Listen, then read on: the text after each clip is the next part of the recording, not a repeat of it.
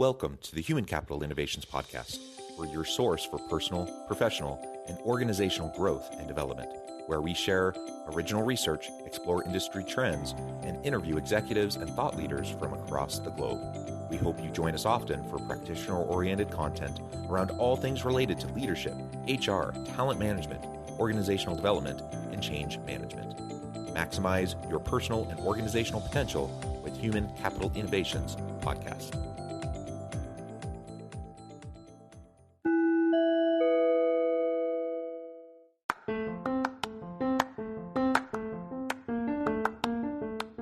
If you enjoy the Human Capital Innovations Podcast, enjoy ad-free listening by going to the Patreon page, and please consider contributing even at the producer or sponsorship level.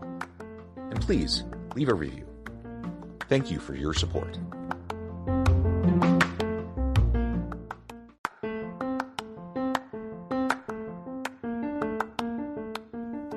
Welcome to the Human Capital Innovations Podcast. In this HCI Podcast episode, I talk with Vikas Singal about overcoming failures, learning from setbacks, and leveraging technology to add value to the market.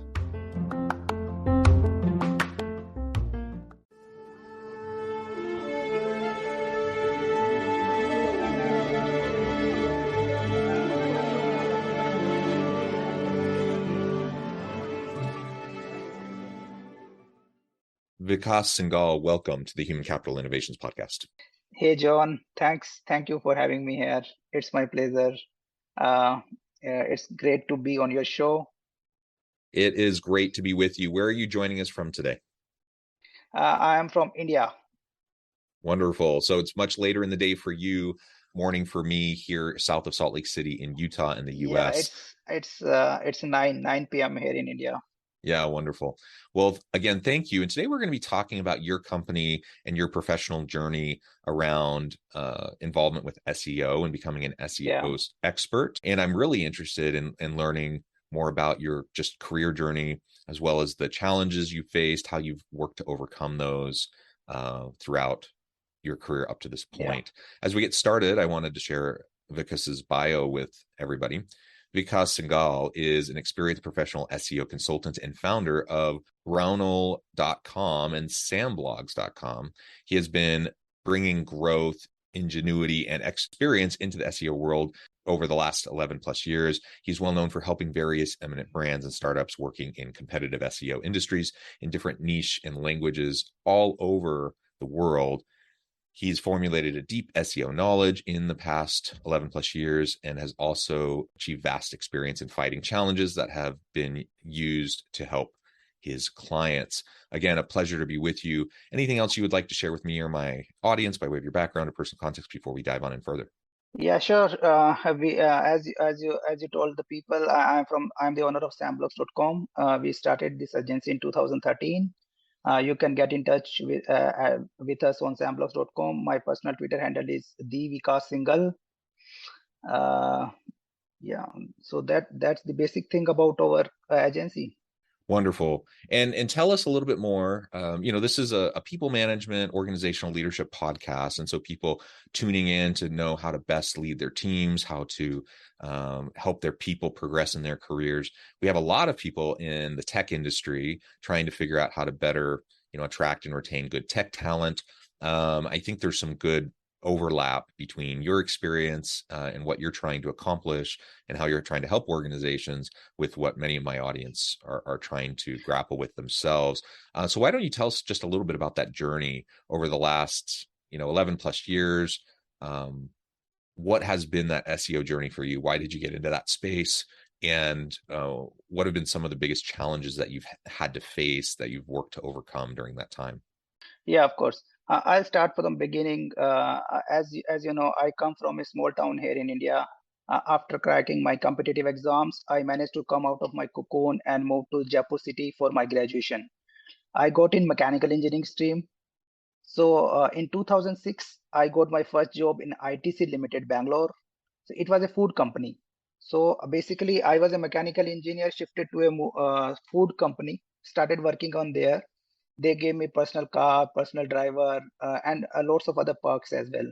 And in fact, a great enhanced salary, which was good for a person straight out of college. 23 years of age. But somewhere in my inside, I was not happy with it.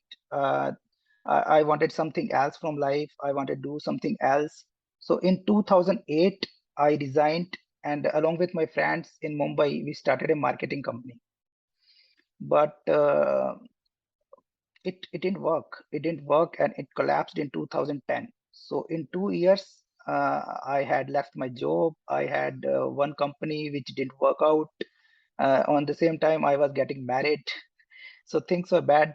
So at that time in 2010, I came back to Jaipur again, from where I graduated, and I started learning a new skill called SEO. It was new, but it was like very beginning of my career. I started taking freelancing project in 2010, and in 2010 September, I think we hit our first $3,000 through digital marketing as freelancing projects. So that's how I came to know this is the area I want to grow. Also, it was getting it will be booming in coming decade. It was very pretty clear about that. So that's how I get into SEO.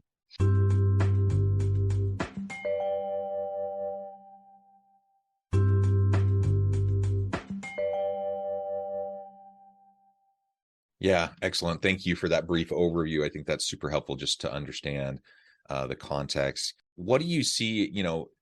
SEO is one particular type of skill set and tool that organizations can utilize to help them bring value to the market. And of course, it's one of many different types of tools. Like you said, I think it's going to take off, continue to be even more and more important in the coming years.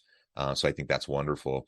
But as part of a broader set of tools that organizations are trying to use, technologies that they're leveraging to continually bring value to the market, where do you see SEO specifically fitting in there?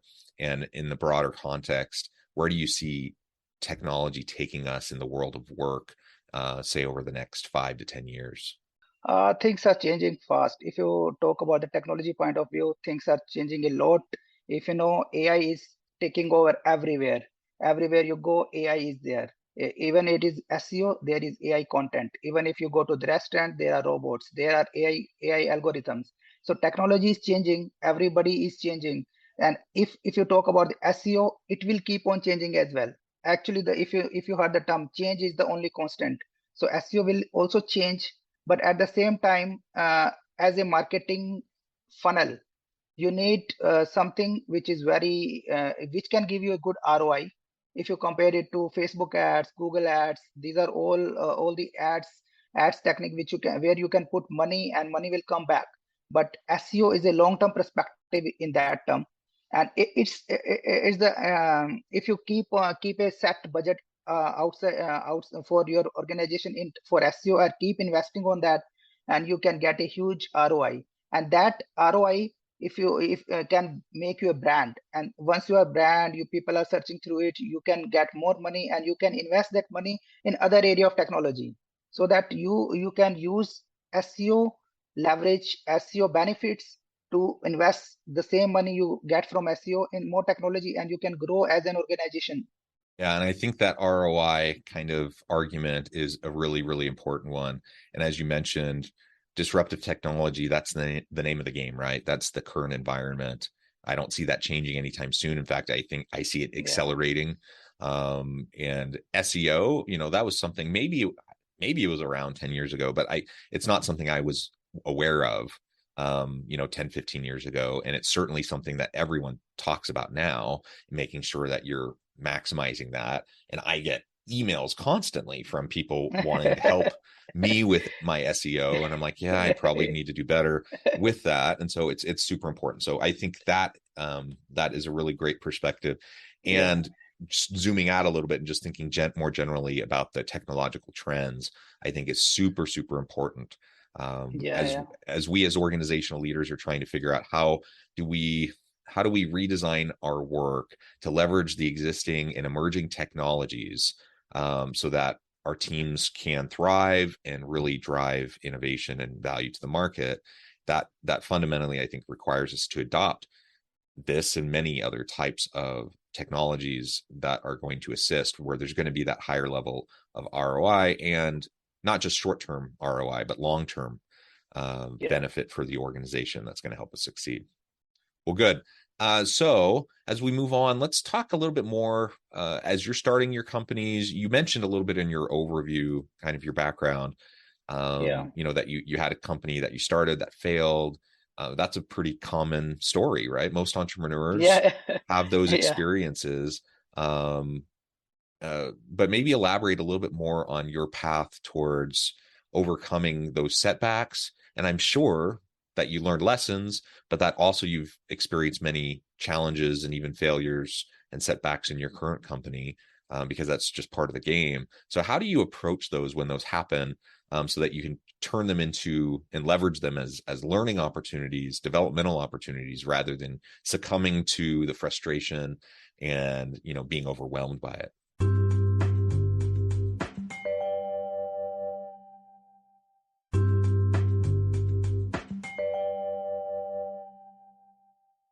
Yeah, it's a good question, John. If I go back to 2008, I had a good job, but still I was not happy there. So I went into a marketing field, which was not my field at that time. I have zero experience. So just like 2-3 people, we thought that we can pull it off, and we started a marketing company, and it did work out. If you see, I lost my job. I didn't have the savings, and people calling me failure and everything. You listen it everywhere, like it's like a common story, as you know. But at the same time, if I see it back, it gave me a challenge. It asked me to prove myself. It asked us that we are right and we can still pull it off again. And at the same time, they gave me learnings. What not to do. Sometimes it's easy, sometimes you don't know what to do, but it's good to know what not to do. So that's how I started. We started a small steps. We started working ourselves. When I started these freelancing projects, SEO projects, we were 2 people who were talking to the clients, who were delivering the job, who were doing the job. So we didn't hire so many people. We didn't put up a huge infrastructure behind it. We just got a domain name, we put up some content on it, and we started talking to the clients on the Skype, Zoom, everywhere, whatever available at that time. So slowly we start getting money, and then we started putting that money into infrastructure, that money into people, so that people can work for us and we can talk to more clients. Because at one time, I was talking to 10 clients, but we were 2 people only doing the work for the 10 clients. So that was not possible. So as we came to know we have money now, we can hire more people to work, and then we can invest more time into clients, to speaking to the clients, solving their problems, and how we can grow, and how we can touch them, how we can do better SEO for our own site, our own branding. So that's how we grow. And in the same timeline, in the same time, we face challenges. Challenges will come. They will always come. People leave you. At one time, 4 people, those were the backbone of our organization. They left us in one day. 4 people left, and we were like, how to hire more people now?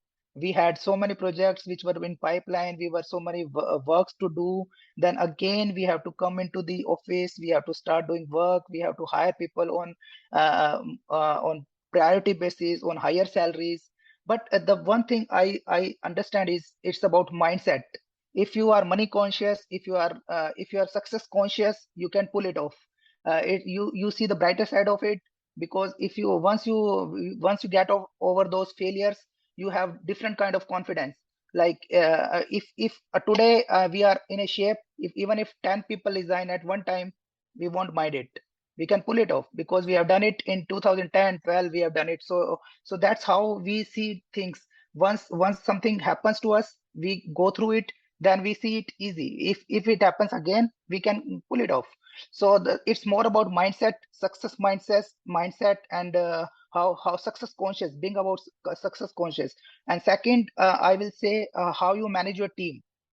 For us, I right now I have 45 people in my office, and each one of us have the privilege. They can directly come to my cabin. They can talk to me. They can talk to our problem, his problems, single problems. So that's how organization culture we have put up. So everybody is free. Everybody knows their responsibility, what work they have to doing, what part of the project they are important to, and how it should go. It should be done. So the teamwork is the second step, I would say. If you can manage people, you can manage companies, you can manage bigger organization. So these two things, and mindset and team, this is the basic pillar of this organization so far. Yeah, I love it. I think that's so important. You said many really great things there.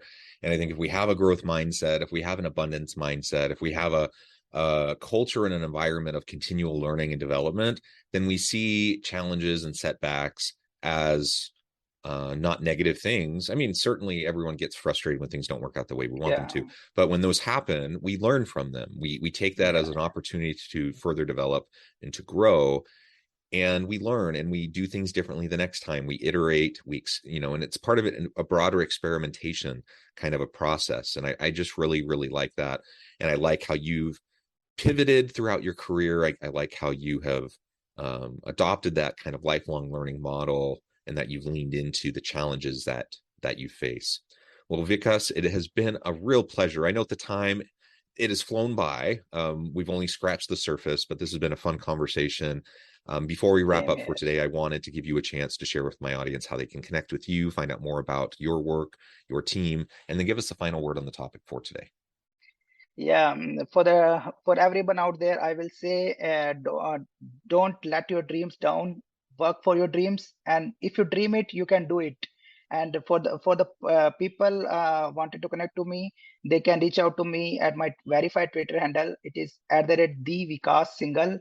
They can connect me to on my website samblock.com, and if they happen to visit India, ask them to connect with me via phone. This is 766-553-555 Indian number +91. So get in touch with me. Keep on dreaming and keep on growing.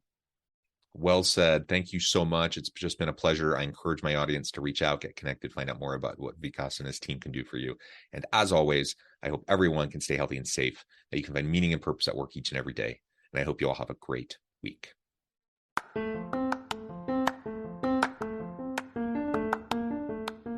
you enjoy the Human Capital Innovations podcast? Enjoy ad-free listening by going to the Patreon page. And please consider contributing even at the producer or sponsorship level.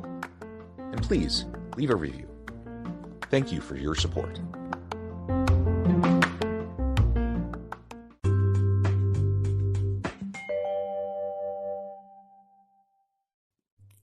Thanks again for joining us for this episode of the Human Capital Innovations Podcast. I hope you stay healthy and safe and that you have a great week.